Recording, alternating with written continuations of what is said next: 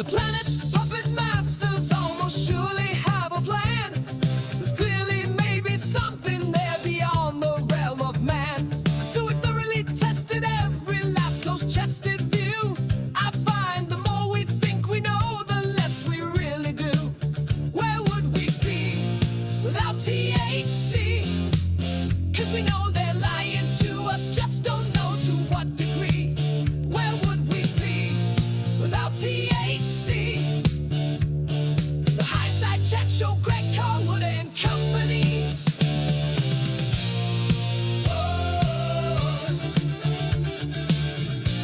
So say we all, Higher Side Chatters. From the Sunshine State, I'm Greg Carlwood, and we've been around long enough to know that so many cultural movements and political shifts that are presented as organic, grassroots, and spontaneous are almost always the result of CIA engineering, media manipulation, or billionaire funding.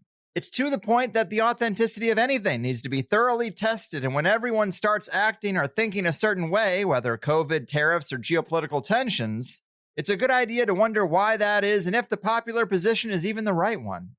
There are complex forces at play involved in sophisticated manipulation with unadvertised motivations, so why let yourself get swept up in anything?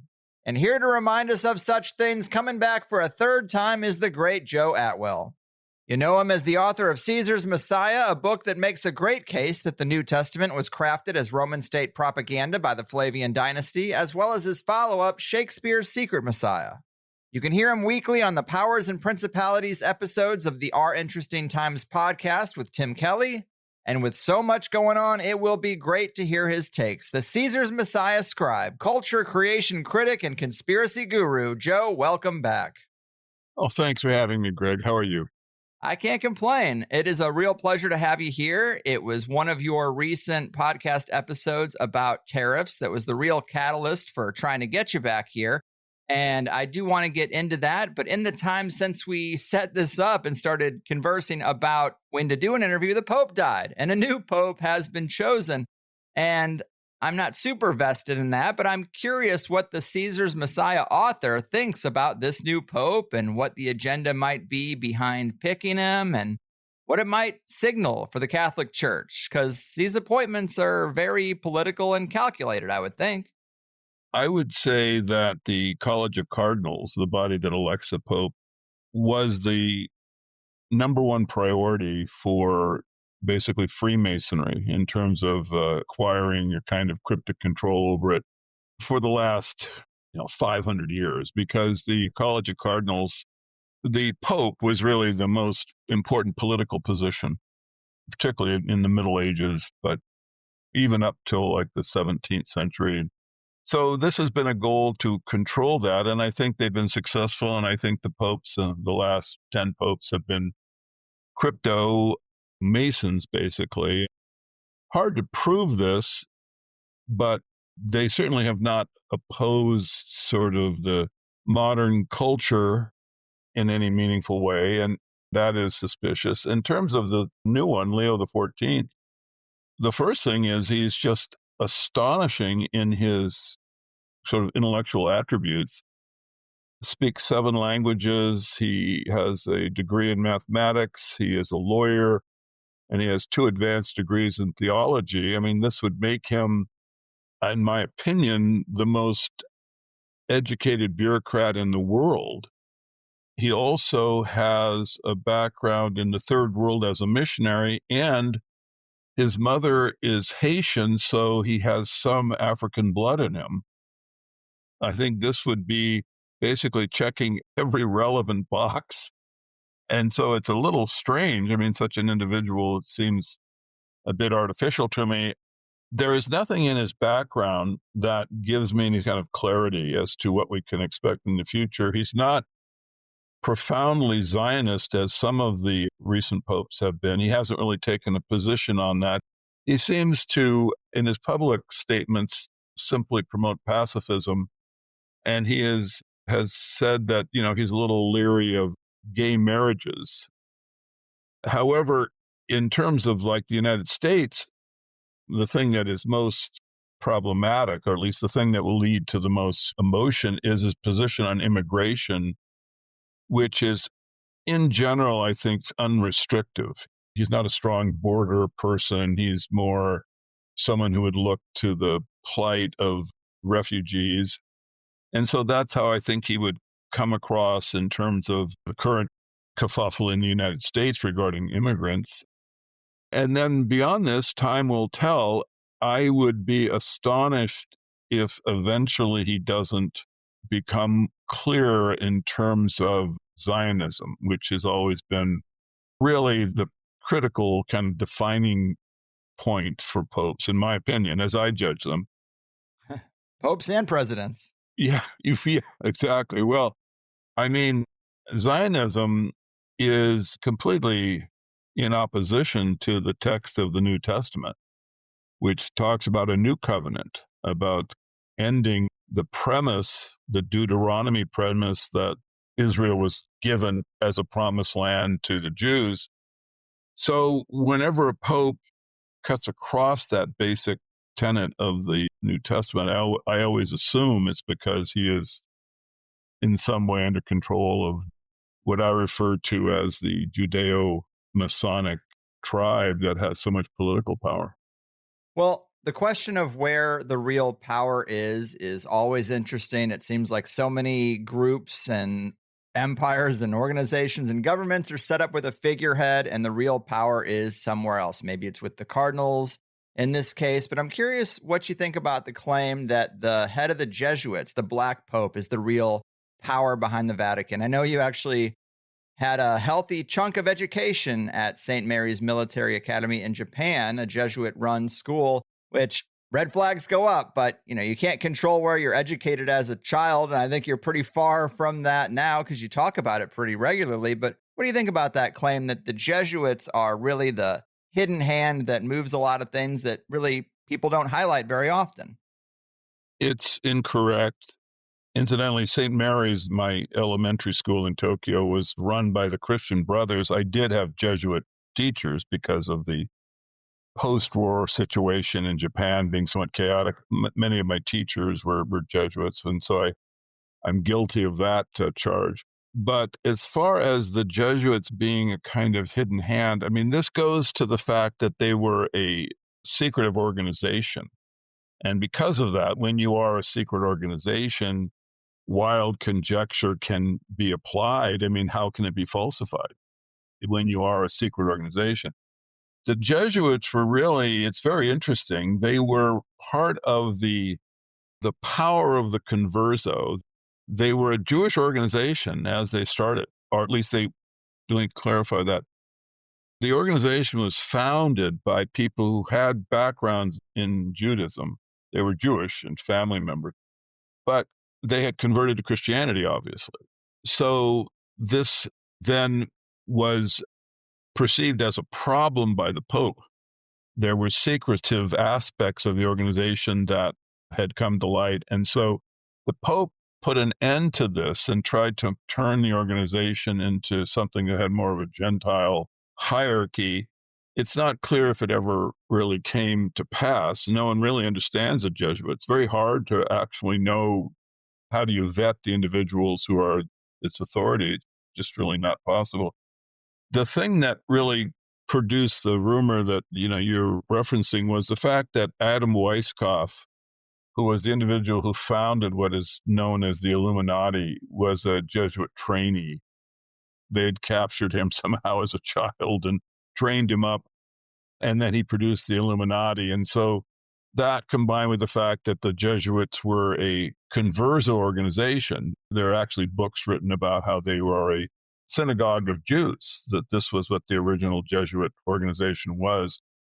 And this, of course, all goes into this period where you had the Inquisition, which was a critical period in European history. It's not well understood at the present time or even studied to any extent, but the idea was that Jews who were legally required to become Christians during this period, for example, Britain, you couldn't be in the country if you were Jewish. Ostensibly, you had to be a Christian, but you could convert to Christianity. The Inquisition was held because they were concerned that so many people who were taking political positions of power, even though they presented themselves as Christians were in fact Jewish in their background, and that they retained their Judaism as a kind of a political or even a religious perspective, and therefore were dangerous to non-Jewish Europeans to let such an organization, a secret organization, then have political power. So the Inquisition was held. It went on for quite a while. And this was what led to a lot of the rumors concerning the Jesuits, because they had been clearly identified as having this background as being founded by converted Christian Jews. So I think that the skepticism in terms of the Jesuits is well founded. I think they're probably, as an organization, even today, there's controls of forces that they can't really make public. The way to understand our world is really to look at Freemasonry, which I'm not sure is really an organization that they use with that much focus any longer, but for hundreds of years it was. And during that time, you have the outer circle where you look into it and it doesn't seem beneficial. They're relatives and whatnot, but there is secrecy in its hierarchy. And the only reason you would need secrecy is if there's malevolence. I mean, why else would you have it? Particularly as powerful as the secrecy of Freemasonry has been. It's just been incredible that they've been able to keep the inner sanctum something the public doesn't have any understanding over. You could suspect malevolence, and the same is true with the Jesuits, who I think in many ways are kind of related to the Freemason secrecy. Our world is dominated by these secret societies. You look at the power that, just for example, Bohemian Grove has. Look at the individuals who would be inside it. Skull and Bones, high-level Freemasonry. They all have something that the public is not permitted to understand, every one of them. So when you look at all the political power that comes from their members, you have to assume that the purpose of the secrecy is not beneficial, that when we try to understand our world, as an example, World War I or World War II, that these are behaviors of the political class. The public doesn't go out and vote to invade Germany. I mean, the political class creates these dialectics, they publicize them, propaganda is generated so the public is swayed, and then the next thing you know, armies are basically slaughtering one another. But this is a failure or an achievement of the political class. Our political class, particularly for Europeans over the last 150 years, has been a catastrophic failure, leading to the depopulation of the European. I mean, we are well on the way to going out of existence. And so we need to look at our political class, frankly, as evil. And what would the evil be? Well, if you look into the secret societies, I mean, American presidents, over half of them are just outed Freemasons, and these are just the ones that are identified. There are obviously some of the ones who aren't are involved in that organization. But then you also have, look at all the presidents who are linked into Skull and Bones, or De Molay, or the Bohemian Grove. I mean, suddenly you're into this large fraction of the presidents. You've like 90% of them have connections into secret societies. Well, what kind of a democracy is this? Right. That's what makes it so hard to assess Trump, because he seems like a wild card. He seems like an asterisk in that lineage, but yet I've grown so cynical, I have to assume that it's just a appearance of change, because that's how they pull this off time and time again. It's just the appearance of change with the same old ties that bind. But I could be wrong. There's got to be some exception to some rule somewhere. It would seem to be the case. However, I doubt very much that Trump would be such a thing. I think he is from a converso family, and I think that it's just very sophisticated propaganda. The political personalities are in general propaganda.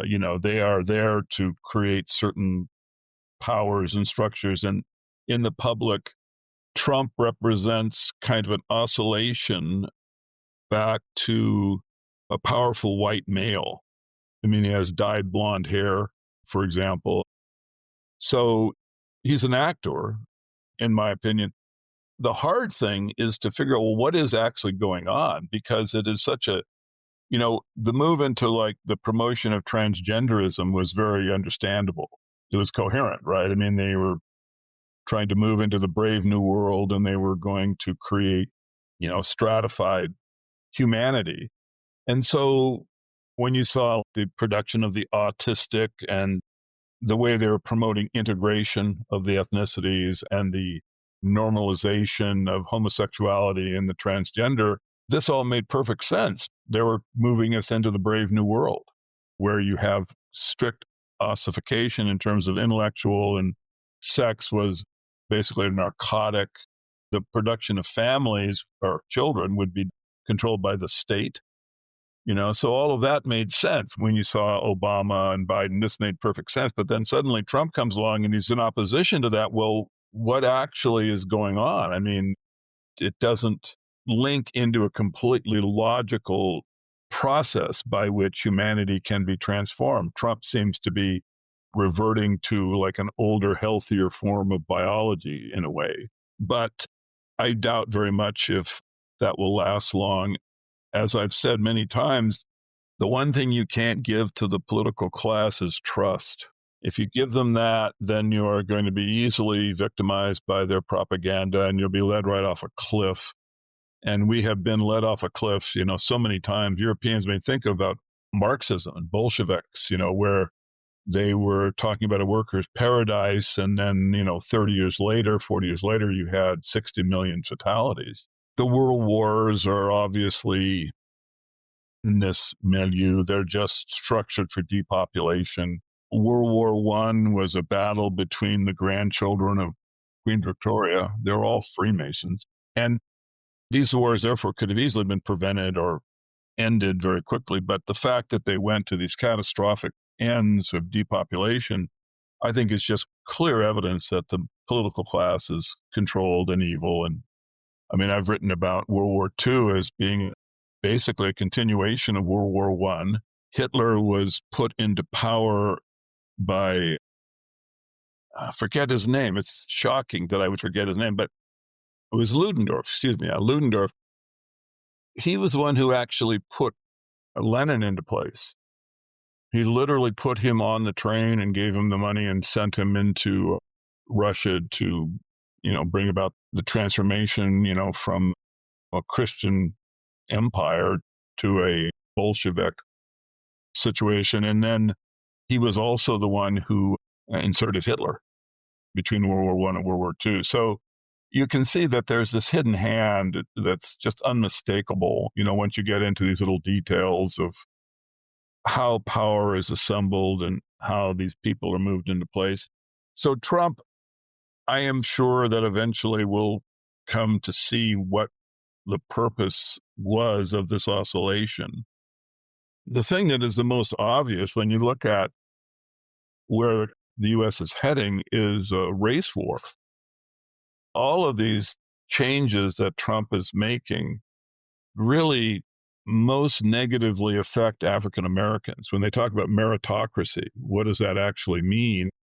Harvard has 20% of its freshman class last year was Black. If you went to a strict meritocracy using like SAT scores, you wouldn't have even 0.1%.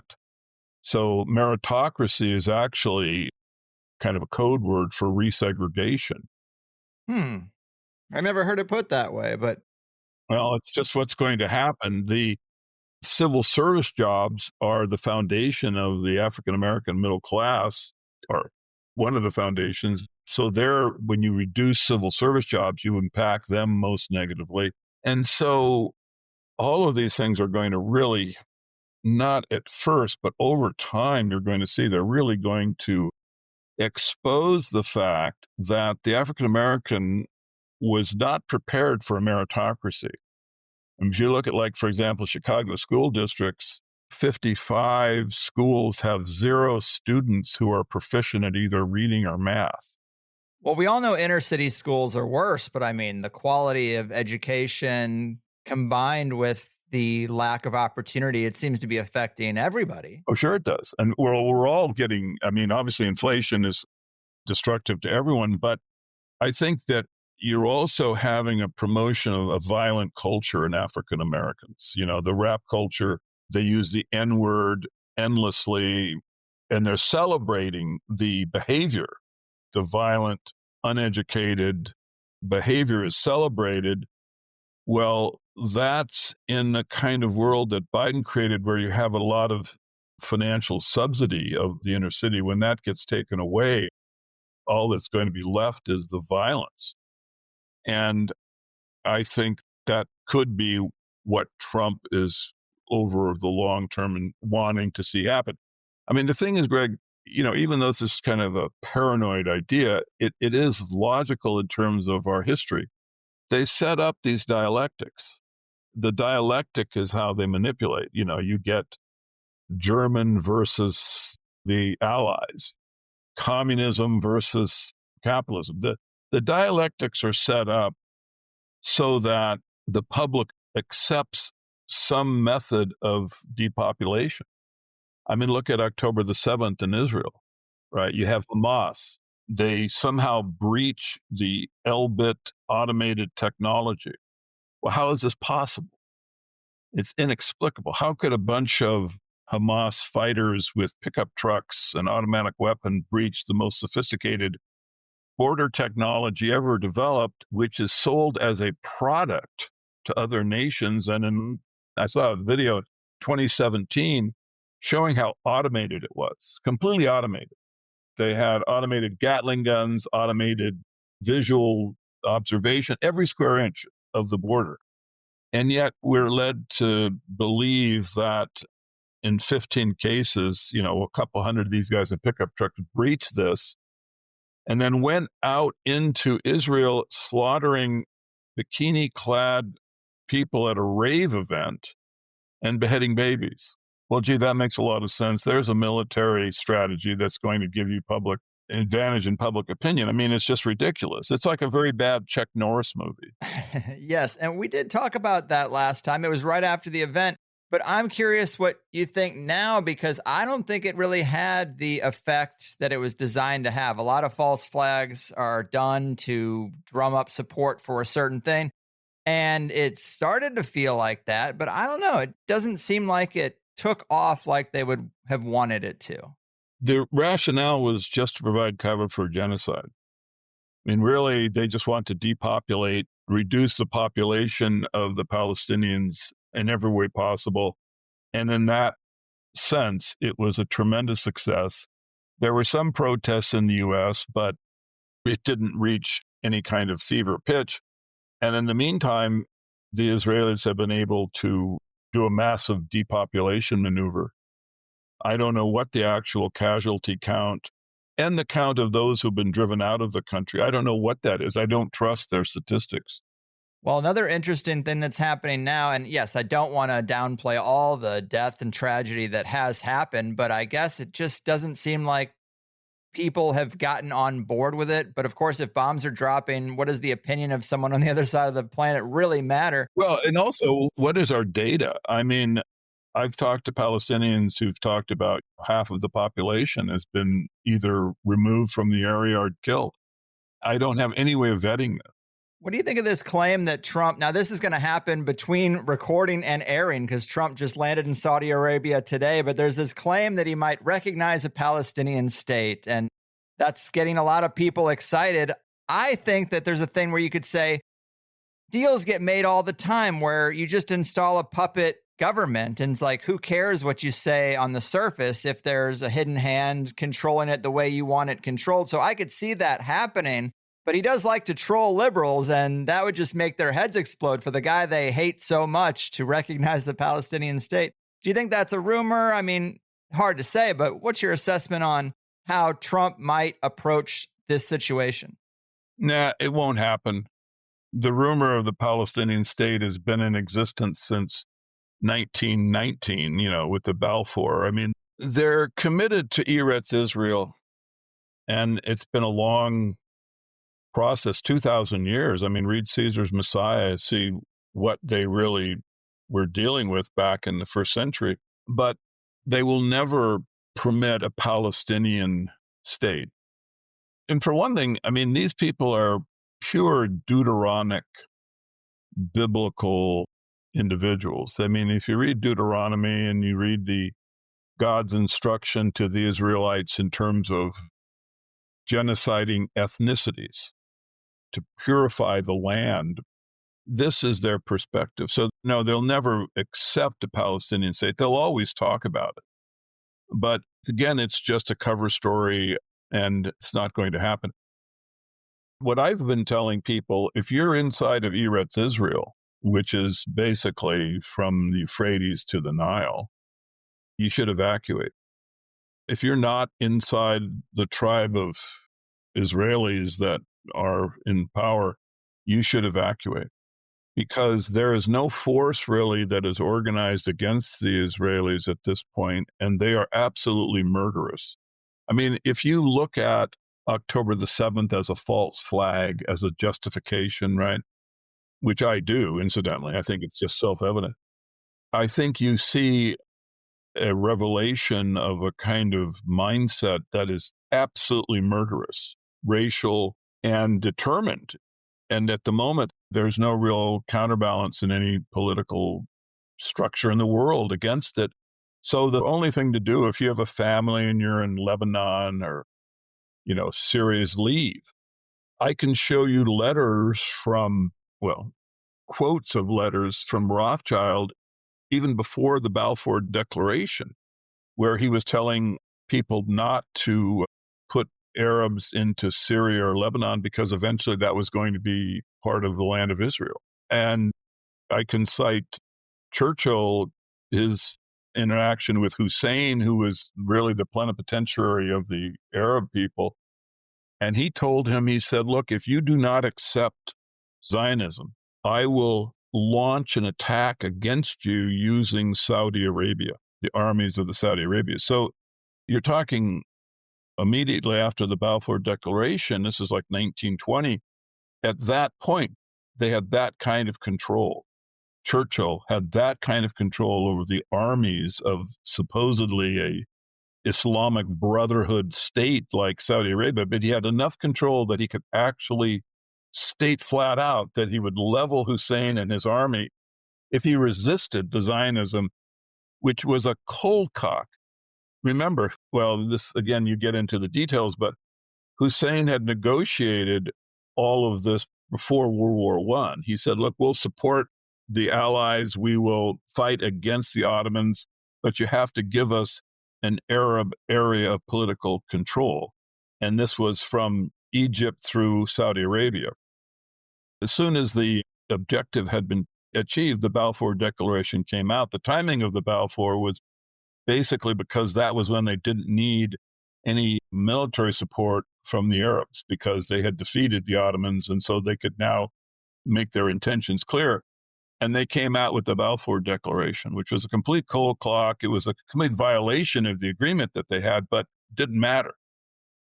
So this is the mindset that is, when you think about Trump, subterfuge, lying, lifetime actors. I mean, this is just their modus operandi. This is what they just do. So I am sure Trump is going to play up the idea that they're going to make nice with the Muslims, but it isn't going to happen. Right.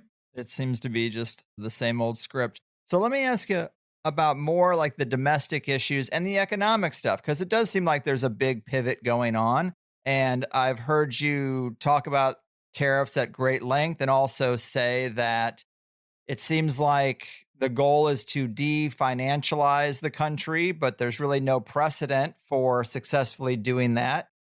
Financialization is a gradual corruption where once it sets in, politically, it's very difficult to reverse. Well, elaborate on that. What even is financialization really? And what is this current administration doing to try to right the ship, if that's even a good way to describe it? I mean, it's an oscillation. And so the things that have been destructive are being addressed. That is, I would say, how Trump would present himself. One could argue some of this stuff, but in general, that would be a characterization. Trump is there to right things which are completely opposed to the interests of the general American public. tariffs are an extremely good idea in theory because, well, the situation has been unfair since the end of World War II, wherein we accepted basically restrictions on our goods to other countries and did not tariff in any meaningful way goods coming into our country. There's always been some niggling on the edges of this thing, but that's the general thrust of it, is that they tariff our goods, we don't tariff theirs. So Trump is here and he's going to fix all of this. And it is an extremely good idea, but it would have to be done with great precision. You have to do it to not wipe out such a fragile economy as we have. With Trump's first tranche of tariffs, if he had actually implemented them, we would have brought the economy to a stop, right? Because so much of it is integrated at this point. I mean, just as an example, computer chips, which come from Taiwan, some come from China, and a lot of the finished goods come from China, the computers and things. I mean, how are you going to bring an end to that trade into the United States? You would cause a depression. So Trump has walked back from most of his major claims in the last 3 weeks. Like with China now, he's walking back from the, draconian tariff position. And you can actually praise Trump, and I would for this, and that what he has done is he's threatened a huge blow, which would be devastating to the opponent in the tariff war, and then was able to get concessions because he's a deal maker. He went with the idea of 100%, but he's willing to take 30%. I can't imagine that Trump will not end up with more popularity because of it, even though the tariffs in the short term might produce some issues. I think if he keeps up this approach, you would have some renaissance in terms of American jobs. If you think about getting rid of the civil service, and I had companies that have dealt with American civil service people, like the Department of Agriculture is an organization I had some dealing with. And I can tell you that, this would be my opinion, that most of the jobs are make work. They don't really do anything. They're not necessary. You couldn't, as Trump was saying, talk about getting rid of half of civil service if in fact they did meaningful and absolutely necessary things. They don't. They are kind of make work, and you could easily get rid of them and save the taxpayer quite a bit of money. But, who are these individuals? What is the preparation for their employment if you get rid of the civil service? What are you going to do with them? You can put them on welfare for a while, but then beyond that, I mean, I don't think many of the people in civil service really have skills that could transfer into private enterprise. I mean, I don't think they could be entrepreneurs. I don't think they could start businesses. They don't have those kinds of skills. And they don't have sort of skills that, would give them sort of middle management positions in technical companies. They just don't have that. So what are you going to do with them? It's a formula, in my opinion, for disaster. And since so many of them are African-American, there's definitely going to get some pushback. And I'm sad to say this, because for one thing, I think because I'm right, but I also think it's just a sad situation, is that I think the tensions between inner city and suburbs and white and black are going to be intensified. And I think that's kind of the dialectic that Trump will most naturally and logically is in place to create and to make it intense. Well, right now it seems like there's an immigrant citizen thing going on. Obviously, that's a dialectic at play too. Sure. But that also is racial. Now, you can see how, well, to use an expression, black and white, this is all going to be. Because Trump is permitting the Boers to immigrate, right? There's 6 million Boers in South Africa. For people who don't know, the Boers are South African white people who are being persecuted. Or this is the story. I don't know much about it, but this is the headline I read. And well, they actually brought in like 100 of them a couple days ago. It's a symbolic move, but there are 6 million of them. And if they emigrated the entire cohort, you'd actually change the presidential race, because these people would all, I guarantee you, be Republicans. I also think that you're going to eventually see a lot of the Ukrainian expats will be offered asylum in the United States or some kind of path to immigration, because I think that they want to intensify the dialectic between white and black. It's too kind of early in this process to have a clearer understanding, but I think that's kind of the dialectic that they're going to use. If you want to take a paranoid approach, I mean, think of the inner cities in a complete state of riot. And now, a political response, a federal response has to occur. Imagine if George Floyd riots had been contested by the federal government. You'd basically be in a civil war kind of situation. And I think then you'd have to give up political power. Trump would have to run for president for another term. I mean, these kinds of things are suddenly believable and will be accepted if you get the dialectic intense enough. And see, this is one of the good things, Greg, about, having a both clear and paranoid understanding of history is that you can see the future pretty well. And I don't think Trump is going to take us to any place good. And if he's taking us someplace bad, this would be just a natural concern.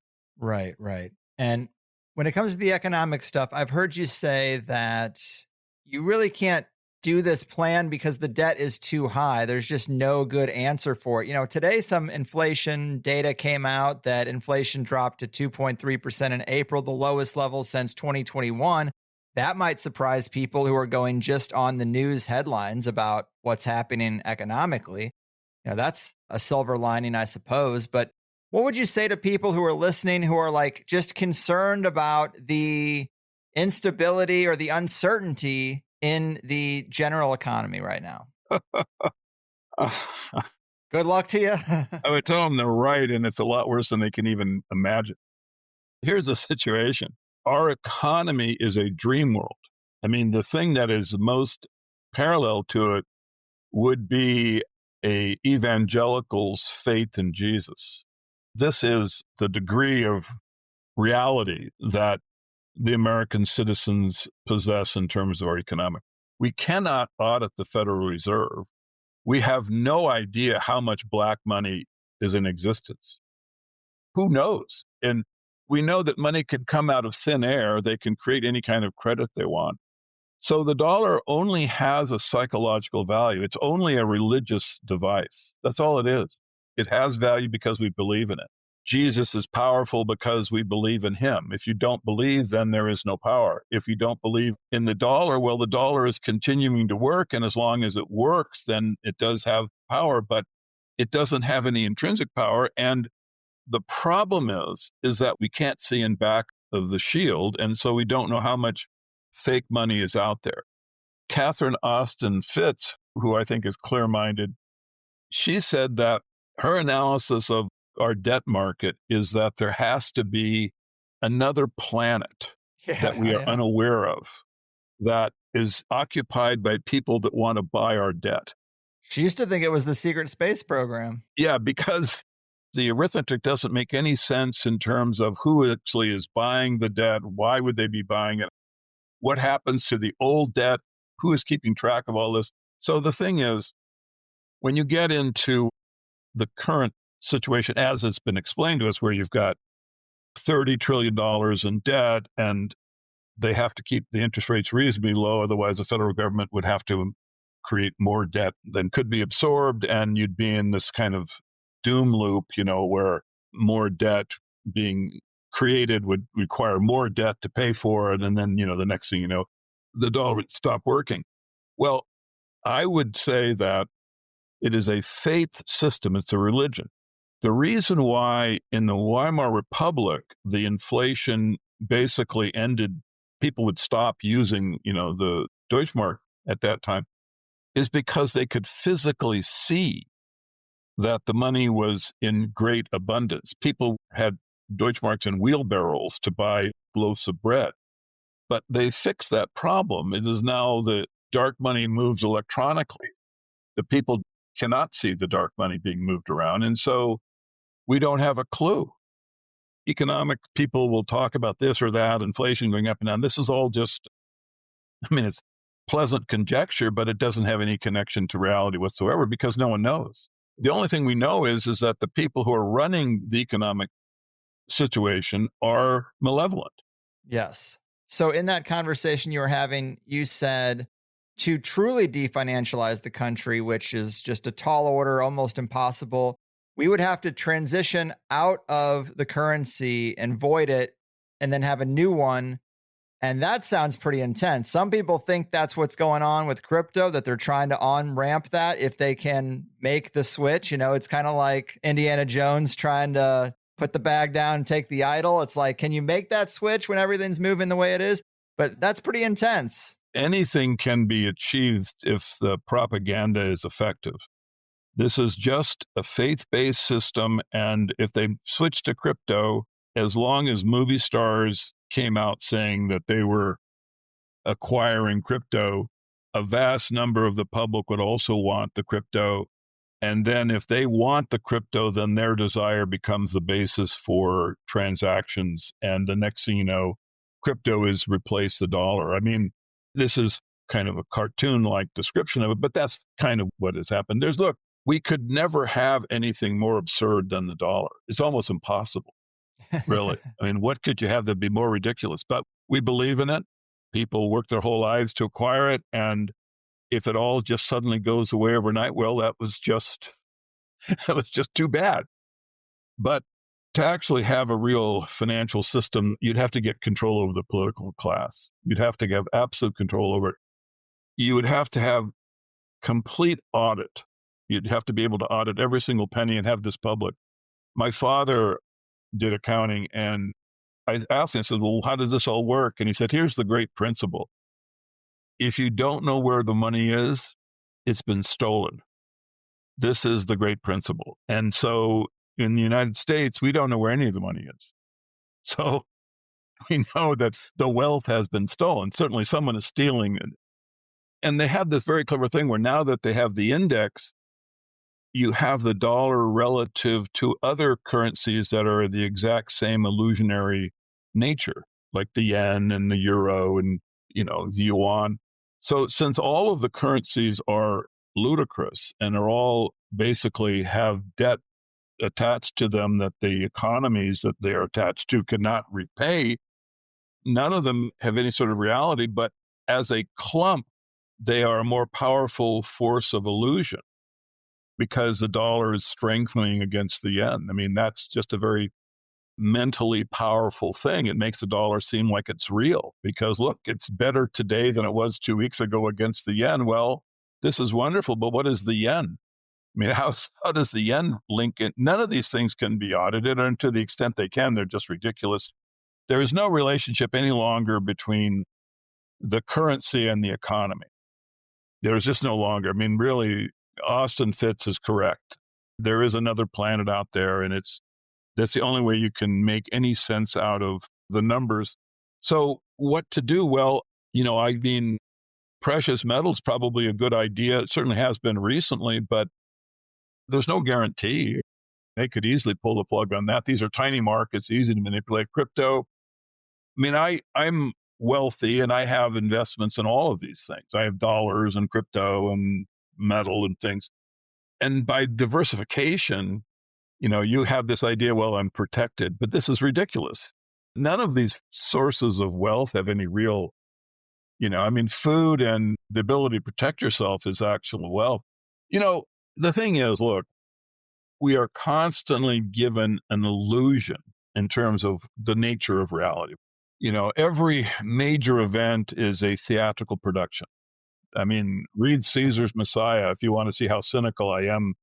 Read Shakespeare, my book on Shakespeare. I mean, everything that we have been told about our history, about our literature, it's all nonsense. These are elements in social control. The oligarchic class has developed techniques to control you and me.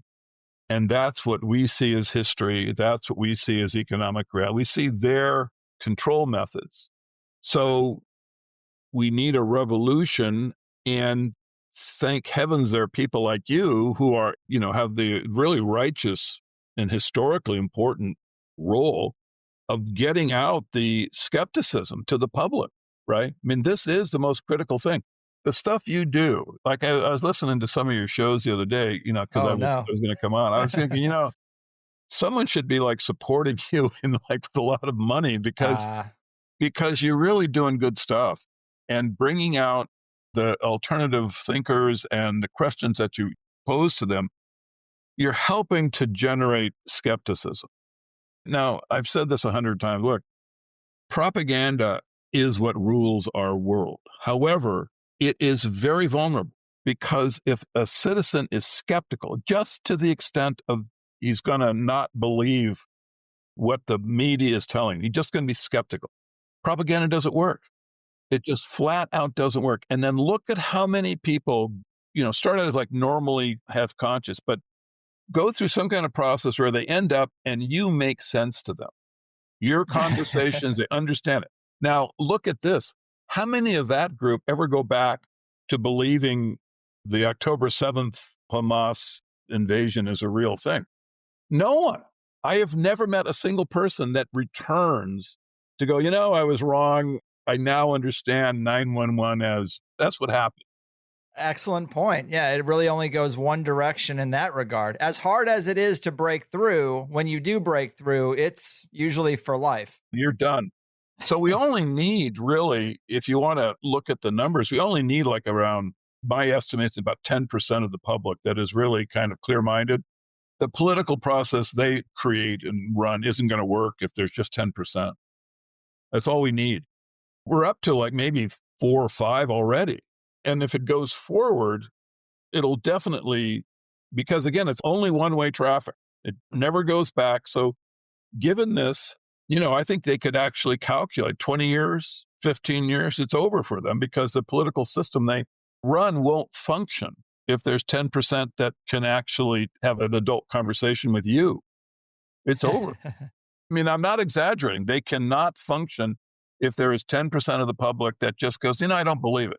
That was the great thing about COVID is you could just see when everything is kind of a monothink injection into the culture. You're like, well, hold on a second. I've seen this game before. I don't know much about medicine or what this could be, but I know that you're lying to me. So then you start sifting through the alternative takes and you say, that sounds good. This guy seems to have a good piece of it. Here's an expert who doesn't agree with everything. Oh, and then a picture starts to form. And by the time you get to the shot, well, I think you should have done your research by then. But we were talking before this started that maybe those people who didn't get the shot could actually end up being an organized voting bloc at least or more. And the fact is, there has been a lasting impact from the stupidity of the vaccine and the mandates, which I think were ham-handed, and I suspect were actually done in a kind of desperation relative to what we had just discussed, that they really could see that they just couldn't continue with the independent media rolling along because they could see in a couple decades there would be too many people who would be skeptical. So they experimented with, mechanical dictatorship where they lock everyone down, but it really didn't work. The skepticism was too high. Now, they got a lot of people to take the vaccine, but I don't think a lot of people would have supported the lockdowns for much longer. I think they would have had a large-scale kind of rebellion, which is one of the things that they've tried to avoid. So anyway, we now oscillate to Trump, and suddenly the vaccines he's saying that, he's skeptical of the vaccine. We have RFK Jr. What the heck? Suddenly this is just a complete oscillation. You have Fauci and now you have RFK Jr., who wrote the book about Fauci being one of the most heinous criminals in the history of mankind. Well, wait a second. I know. It's truly insane to see him in a position of power. I read that book and interviewed him about that book, and I was just shocked what's in it. And he's an interesting character because I've followed him for many years when he was unpopular, fighting an uphill battle. And now he's saying things like the MMR vaccine is the best defense for children. And I don't know if he's just being strategic and fighting one battle at a time, but people are so quick to say he's compromised and it's all over. I get it, being cynical and all that, but it was just announced that all childhood vaccines will finally have placebo-controlled trials. And my hope is that he's kind of trying to do things methodically, setting up the proper trials and studies, and then letting the data speak for itself rather than, acting the way people expect him to act and the way he's been painted as just strictly anti-vax. I like to think that he's like, oh, I'm not anti-vax. I just want to go with the data. Let's get the good data. And then we'll see how that all rolls out, I suppose. Yeah, well, your statement is very significant and very clear-minded. I mean, he can't simply make proclamations that would be the opposite of the ones that like Peter Hotez and Fauci were making. And so this would be, I think, disorienting.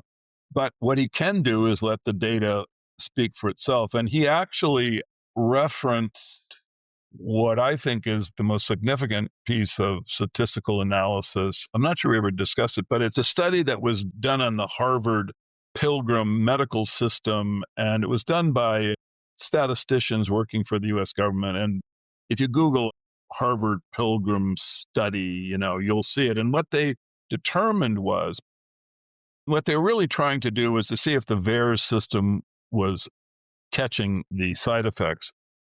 This is too complicated to go into for your viewers, but they wanted to see if the government was actually picking up the side effects, because when they gave the pharmaceutical companies the dispensation from lawsuits, this was the trade-off. They had to have an accurate way of monitoring side effects. Well, anyway, so these guys go in and they just took a medical system of like 800,000 people and went back in time and took all of the data. So it was kind of I wouldn't call it a true double blind, but it was a blind study. They just said, okay, well, let's look what the data tells us. And they said, you know what? It's only picking up 1 in 100 of the side effects. 1 in 100. Well, that's no good. So they went to the CDC with the information, and the CDC, this is in the study. Incidentally, you can just go online and read it. The CDC, their response was, well, we're never going to pick up the telephone again when you guys call. That was their response. They just said, we are shutting it down.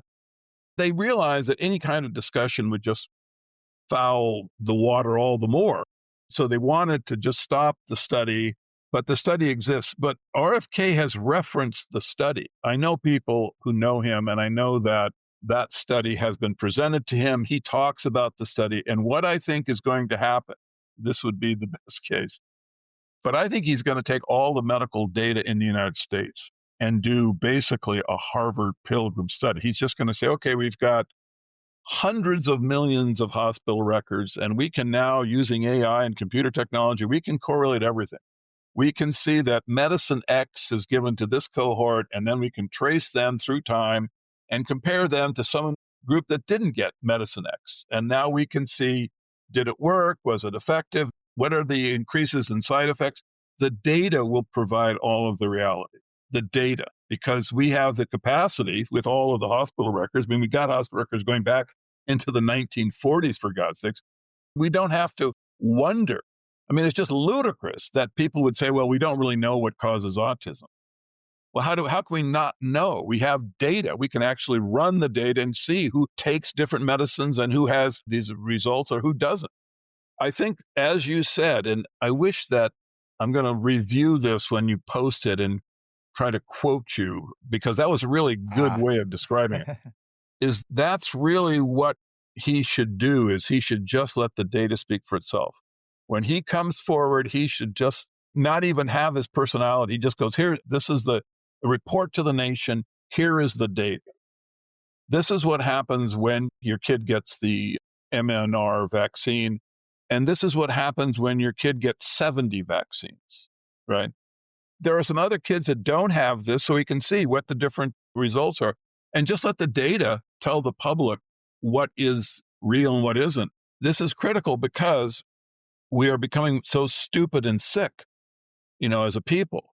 And our sperm count is going to zero. We have less than 40% of the sperm that we had in males in the United States in the 1950s. We have 40%. This is insane. Nothing is being done about it. And the 40% that are in existence, the sperm obviously are damaged. Here where I live, they say that 1 kid in 10 has autism, 1 in 10 boys. Well, I can point over my shoulder to where autistic children are living right now. They're 200 yards from me. There was no such thing in the 1950s when I was growing up. So this really gets me upset that the public has been slowly, like a frog being boiled. We just got used to being ill and used to having so much diabetes and obesity, and we don't understand that this is an attack upon us by the oligarchs, that they are creating the epsilon and delta class with us right now. We are being transformed into a more stupid, weaker, less ambitious group of people for their purposes. So, when you look at tariffs and economic oscillation, it all links into the creation of an impotent populace where we just don't have the capacity to rebel. Right. And one of the things that really bothers me about the autism thing is just it's a debilitating condition, yet it's promoted as a feature, not a bug. And now I see people that I've known my whole life saying, well, I talked to a therapist and we found out that I'm neurodivergent. And there's this celebration of neurodivergent, which is really a term to say damaged or insufficient in some way.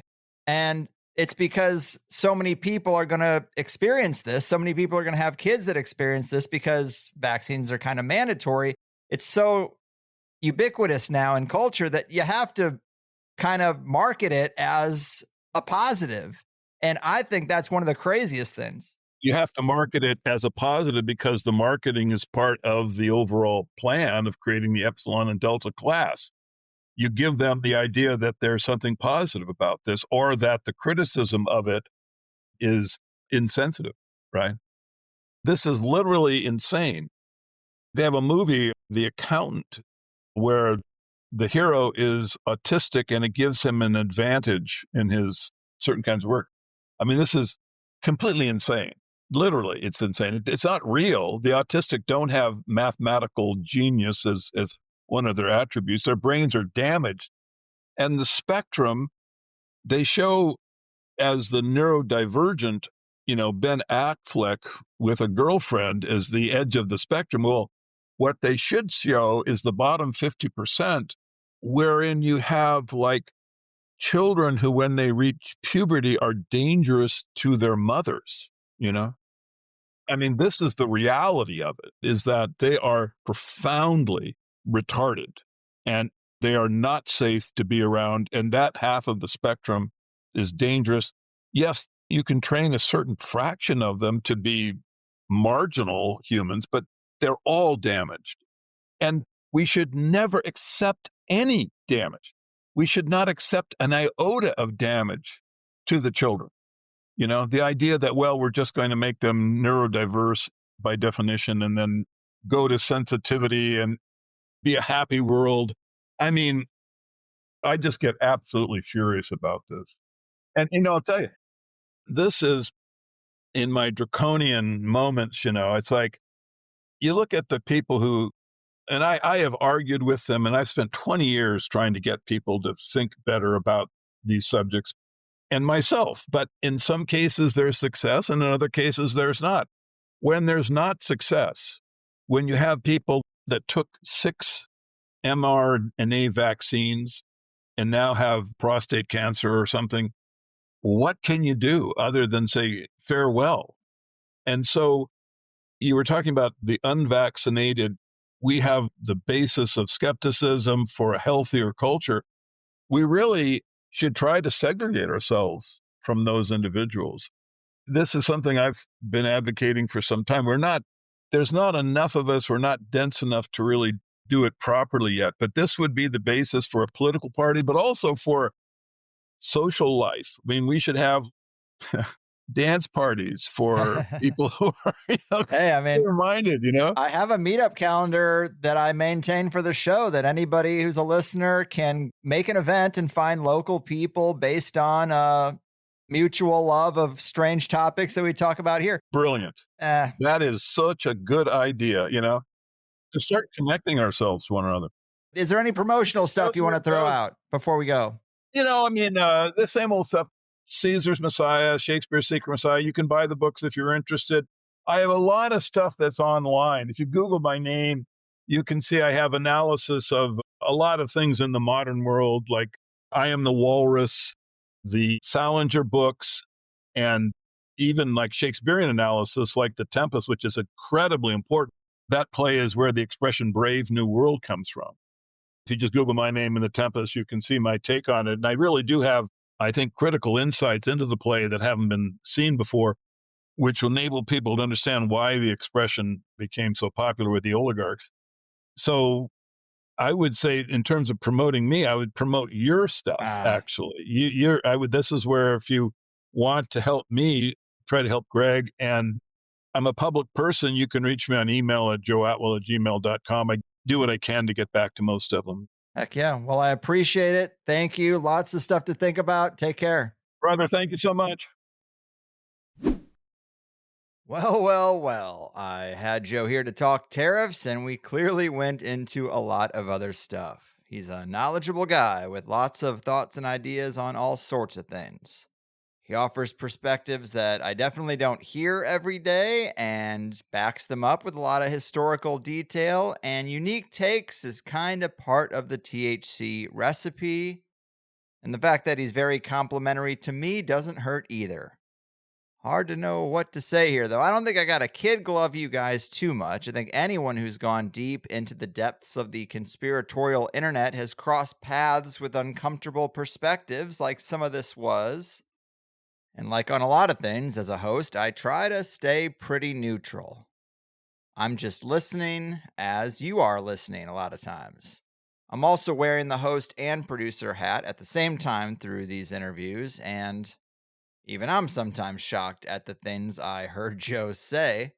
But there's something about his tone and demeanor that I find really interesting to listen to. This, if you don't like my position, then let's pull it apart and really look at it from all angles and not be afraid to discuss it sort of attitude. And the first hour was pretty tame. Obviously, the plus show less so, but nothing makes me appear to be a stumbling, awkward, tongue-tied idiot like an impromptu and unexpected conversation about racial differences, genetics, and cultural degradation of racial groups. But I tried to put on my big boy pants, and maybe it's just entertaining to watch me squirm. I don't know. I'm willing to risk putting my foot in my mouth, I guess, to talk about these things. I just hope everyone understands that it's only in the spirit of curiosity, exploring certain ideas for truth. Maybe they have all of it, half of it, not so much of it, but just wanting to explore all ideas, and ultimately problem solving and generating some sort of hope or motivation for improvement. We got to get raw about the problems to get honest about the solutions. And it's not about judgment or being dismissive of any type of person as inferior or a lost cause. Again, this was plus show stuff, but I feel like I still need to throw that out there. At the risk of putting my foot in my mouth again, I think the cognitive and emotional difference between men and women is bigger than the difference between white men and black men. I don't know what Joe would say about that. Yet we have marriages and families and share the same households. So we can obviously be very different and think differently and have different logical processes and still make a strong team. And when Joe talks about segregation, man, it's thorny.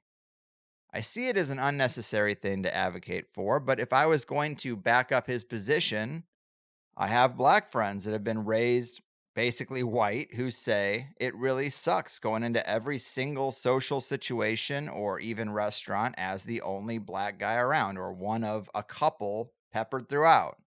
So yeah, it's not a big deal to say people like to be around their tribe. They want to be around people that are like them. American isn't a thick enough bond, apparently. And I don't really see a problem with it being framed that way. We put so much emphasis on race, I think, just because it's so easy to see. But if the goal is to be around people that are like you, why not choose on a basis of astrology or personality type or generation? We know there's differences amongst the different generations.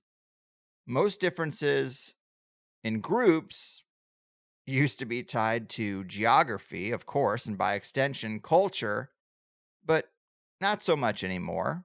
So it's just a thought. You could live and be amongst all different types of people and make distinctions between differences on all kinds of different bases besides race. Whatever. I don't like going off and qualifying so much when a guest is gone, specifically when it's a plus show topic anyway, and free listeners are wondering why I'm so fired up on racial topics when they didn't even hear that subject matter at all, but it is what it is. Become a plus member and hear all the juicy, thorny stuff. I don't usually think of plus as a filtering mechanism, but like the legends go, sometimes I lay the breadcrumbs in the first hour and then it's up to you to really invite me in and see where it goes. This might be one of those episodes. We should also always be open to discussing anything from the perspective of, was something sold as a positive by people who meant to do harm?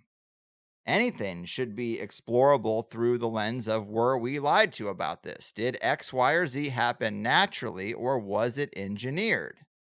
It's a confusing world. Those conversations are needed. But again, I don't want anyone to take it like a personal attack. Do what you want to do as an individual. I don't judge if I think you're being genuine. But so many people are not being authentic. There's so much parroting and mimicry, whether it's the rappers or influencers or celebrities or whatever. There's just so much mimicry that it's kind of sad. I did use a personal example in the Plus show because I was kind of scrambling to explain myself, and I wish I hadn't. I usually like to keep personal stuff off the show, but Joe is explaining some things that I do see coming up in regular life, so sometimes I can't help but go to an example.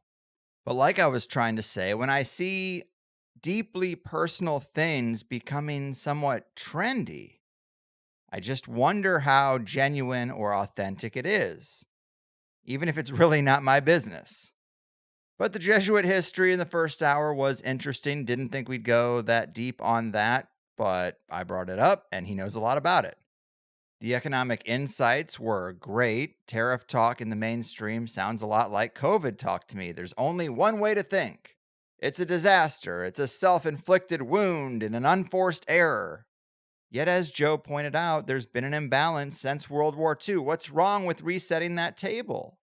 The younger generations kind of just hate America and don't think we deserve anything or any fairness. And maybe out of guilt, they're like, yeah, just take everything. It doesn't have to be fair. I don't know really what that's all about. Sure, a lot of other countries are bitching and even framing it as an attack because they don't want to lose the advantage. Because for the most part, we are just largely talking about a reciprocal situation. Why can't I buy a Toyota cheaply, yet they don't sell Fords in Japan, or Germany, or whatever? We know about these examples, but American manufacturing is already so limited, and then you add on not even having access to global markets? Of course we're in trouble. And these are markets that have gotten more valuable over the decades too. And if we're going to even give lip service to reigniting manufacturing here, then you also got to open up new places to sell. I don't even think that's really what's going on, but just to play devil's advocate for the general idea, you know? So I really liked this interview without being so sure how I think about every point. It's fun when a guest takes things further than me, and I'm left not even knowing what to say, and Joe does that often. I appreciate his boldness. Few will go as hard as he will. I kind of touched on the Plus show already, but it's probably best just to say sign up if you like what I do, want to support truly independent media without any corporate sponsors, and if you want to hear twice as much show. You know the deal, but let's do what we do and check the rating of the last episode. This is the one with Aaron Murakami about the happenings in the free energy alternative science ether physics realm. Personally, I think a small fraction of people will love it, and for a lot of people, it will have been too technical. I'm a little worried it might even be below a 4, though I like that Aaron can dispense his knowledge and be that technical, showing that he knows what he's talking about, but I just don't think it's everyone's cup of tea, so let me guess 4.2. And looking at it, we got a 4.3. Okay, right around what I expected. I could feel it at times, but it's hard to interrupt a person mid-explanation. Still, I like going there every so often. It feels important to do. We will see what Plus members think of this one with Joe. Pretty hard to predict, actually, but let's do the other thing, the meetup calendar. On June 1st, we got hot dogs and hope at Heartland Harbor in Huntington, Indiana. Also, tacos and truth at Elm Creek Brewing in Champlin, Minnesota. June 8th, Truth or Discussion in LA at the Trails Cafe. And June 14th, a raw milk party in Lanesboro, Massachusetts. There's a handful of events to get you through the first half of June. And remember, anyone can make an event, very low pressure. Just pick a place you like and tell the people and see how it goes. Building networks the old-fashioned way while we can. That's pretty much it. Before we go, I guess I would say I got a new song for this one. Now that we're back on YouTube, I can't really use the covers because on top of all the content strikes, I would also get copyright strikes because these covers would be stupidly interpreted as the original song. Very annoying, but these are original songs and they'll always be safe, so I'm going back to writing them. But I'm going to be a little less specific. I'm going to write ones that I can reuse rather than them all being one-to-one show specific. That's just too hard to keep up with. But this one is just a series of goofy thoughts I had, but if there was a sense to it, I would say the major theme is that there's always an exception to the rule or some caveat or one more thing.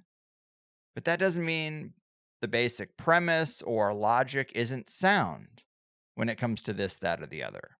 If the burden of proof is going to be higher than what can be publicly available, well, that's very convenient for the conspirators, you know? That's the point, I guess. But either way, check in with Joe if you like what you heard. I've done my part. Your move, economic upheavers, crypto-masonic deceivers, and directors of the reality theater. Your fucking move. Once I found a smoking gun, but nobody else saw it. Once someone returned my money, but had stolen my wallet. Twice I was bitten, but I didn't get shy. I've been drinking from a cup that's always bone dry.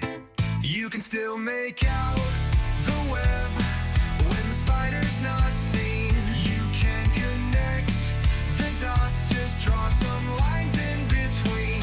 When you can smell the house burning, what more do you need? You can attribute to malice what goes deeper than greed.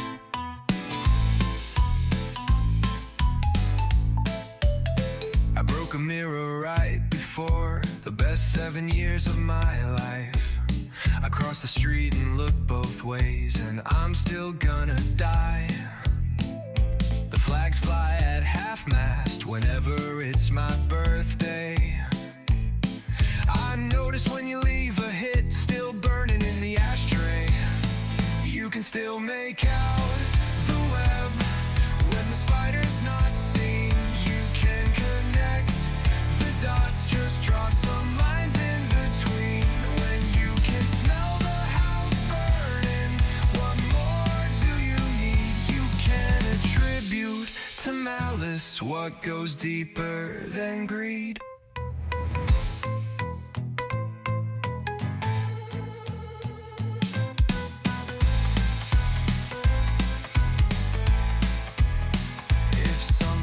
Over your head, how can it be too deep?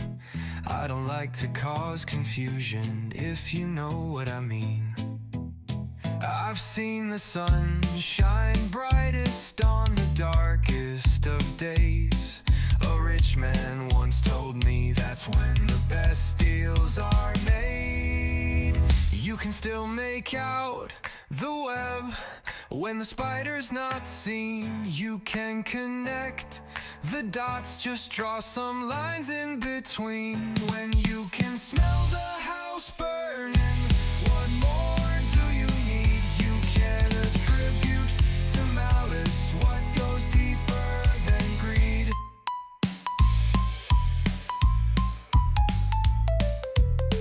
You can still make out the web when the spider's not seen. You can connect the dots, just draw some